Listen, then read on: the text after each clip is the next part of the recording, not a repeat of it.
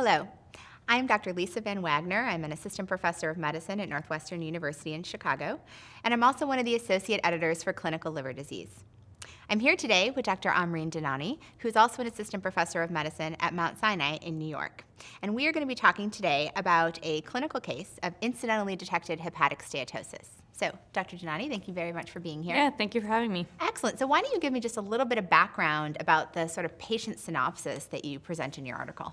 Okay, so we picked a very typical patient, a young patient who was having a CAT scan of the chest performed for a non-liver related symptom. And like we see very commonly, there was incidental finding of hepatic steatosis. The young girl, she's asymptomatic, has completely normal liver enzymes, but now she's left with this finding of having hepatic steatosis on a chest CT, and the question really becomes, what do you do next? Yeah, we see this all the time. I see this constantly in my clinical practice. What do you do with this information? What's the ER doctor supposed to do? What's the primary care doctor supposed to do? So give us some advice. So first, we see it a lot. People are getting lots of imaging done these days. It's really part of our clinical care. We do lots of imaging for all types of things. So we are going to be seeing it a lot more. And we're also seeing it in a lot of screening programs as well. So I think the big thing is, one, having a finding of hepatic steatosis on any form of imaging, whether it's symptom-related or an incidental finding, is to first not ignore it. When you see something too many times, it's very easy, and it's overwhelming, and it's very easy to say, oh yeah, you have a little bit of hepatic steatosis, don't worry about it. So when you think about hepatic steatosis, the most common causes are, I say fatty liver disease, and I kind of say it's non-alcoholic fatty liver disease and alcoholic liver disease.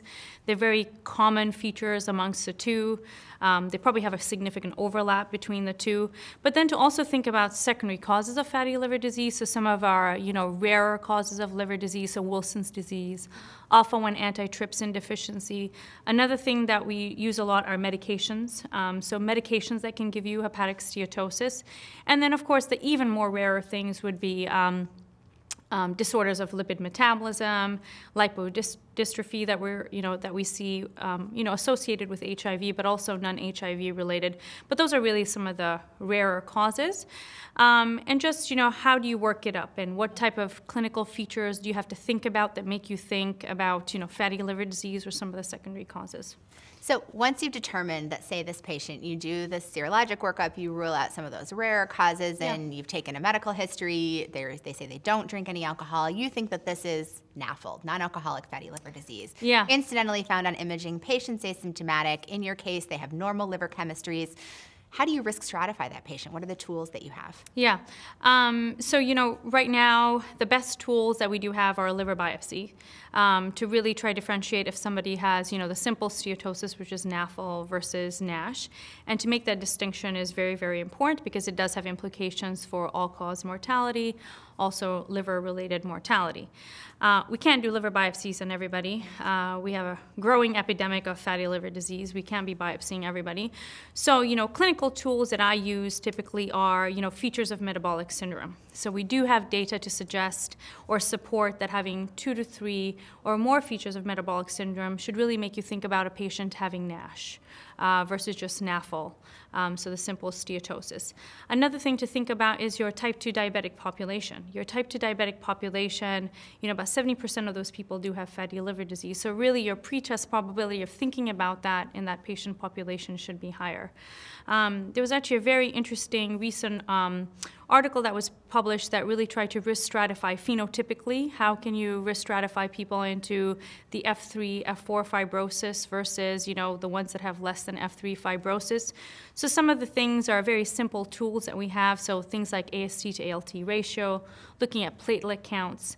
So as we know, those things, decrease or the ratios become higher as you have more advanced fibrosis, but really nicely detailed, what type of features can you use for, having moderate fibrosis versus having advanced fibrosis.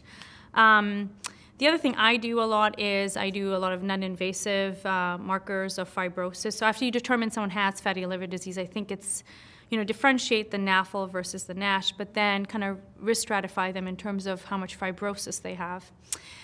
So on our clinical setting, we have FibroScan, so vibration control transient elastography. It's a point of care testing, very easy to do. But for the primary care physician or other subspecialties that don't have access to FibroScan, there's very simple tools, laboratory testing that you could use. So we have F.R.C.P.C, which is a combination of very simple tests that we typically get that are very, very easily used. They've been very well validated in this patient population. You could use tools like that to risk stratify people as well. And we have good data to support that. So there's a F.R.C.P.C, and there's another one, the NAFLD fibrosis score. So those are some tools to kind of, when you have this person with fatty liver disease, how do you kind of put them into buckets or risk stratify them? Hey, I'm a little bit more worried about you.